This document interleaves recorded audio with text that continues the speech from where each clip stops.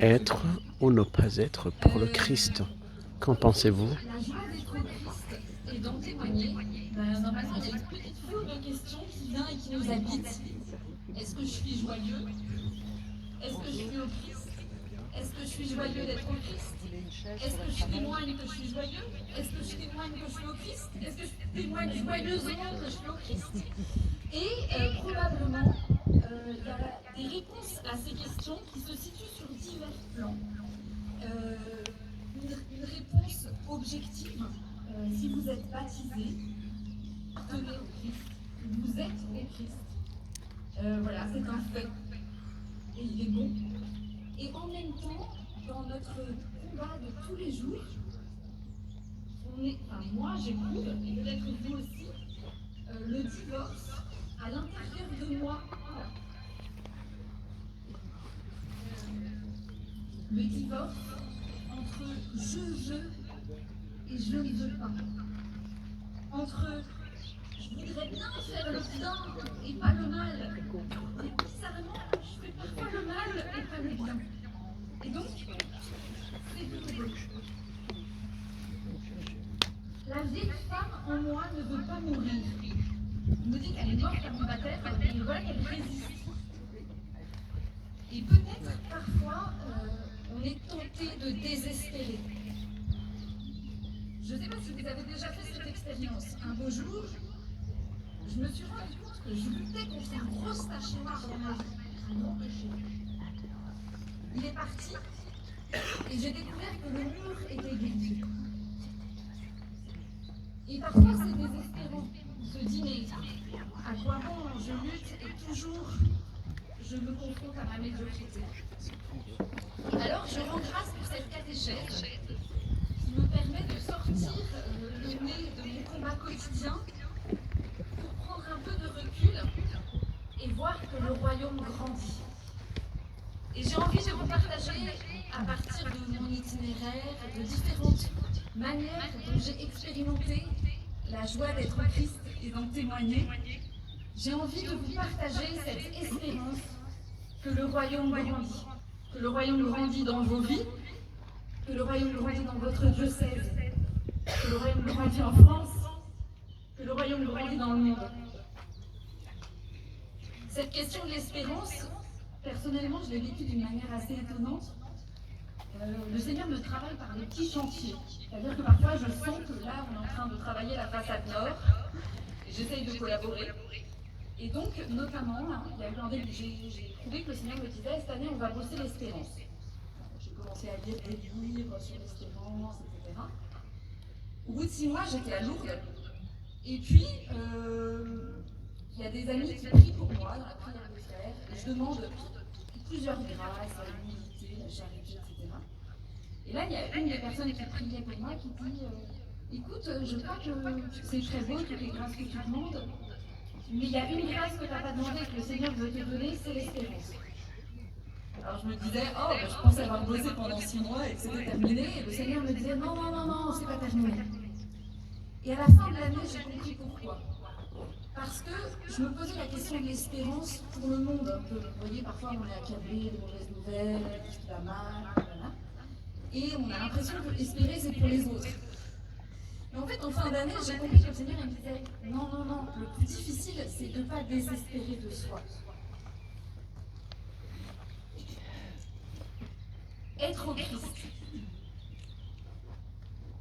En hommage à Mehdi, je voudrais vous parler d'une pièce de théâtre, Art, de Yacine Mariza, qui n'a rien à voir avec le Christ, qui est une pièce de théâtre sur, très bonne pièce de théâtre, sur l'amitié, la vérité, l'art moderne. Et il y a un personnage à un moment qui est accompagné par un psychologue et qui, dans le conflit entre ses amis, va leur faire une citation de ce psychologue. C'est un moment comique, mais donc il dit « Si je suis moi parce que je suis moi, et que tu es toi parce que tu es toi, alors je suis moi et tu es toi.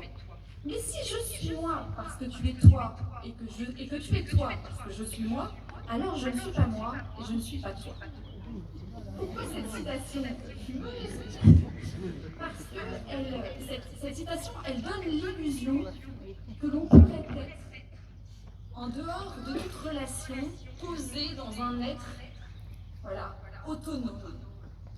Et je crois que c'est une tentation moderne, alors que le chrétien est une personne qui reconnaît son existence en dépendance du Christ. Le chrétien est une personne qui sait que la force ne vient pas de lui. Le chrétien est une personne qui sait que c'est Dieu qui agit, que c'est Dieu qui est le maître. Et je voudrais vous parler ce matin de la manière dont être au Christ, pour moi, ça a été d'abord la joie de me recevoir. D'abord, la joie de me savoir voulu et béni. Je voudrais qu'on entre ensemble dans la bonté de l'être en soi. Vous avez été chacun créé par amour.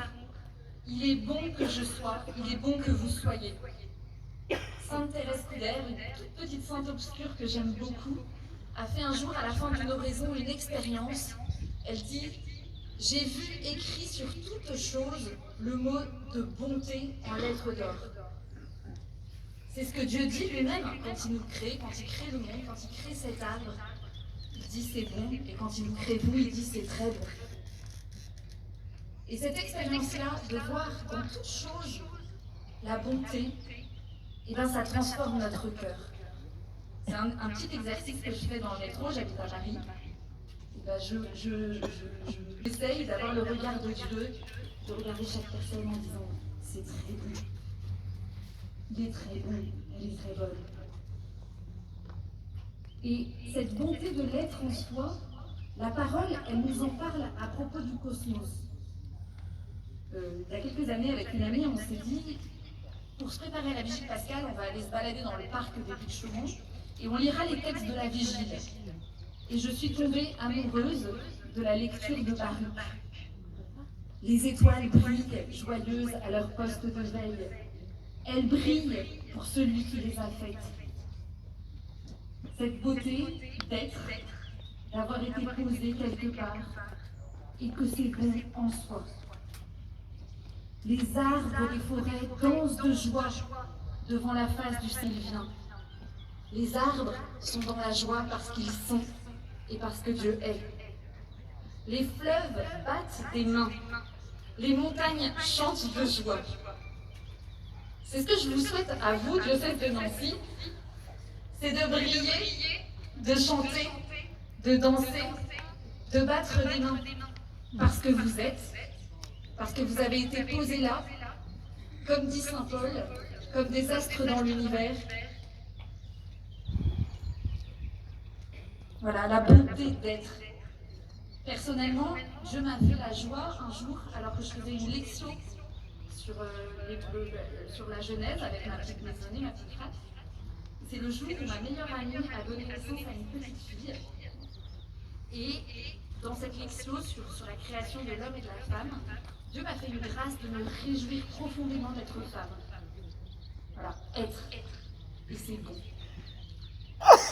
La deuxième joie, enfin une autre joie que j'ai découverte, c'est la joie de se savoir rechercher et sauver.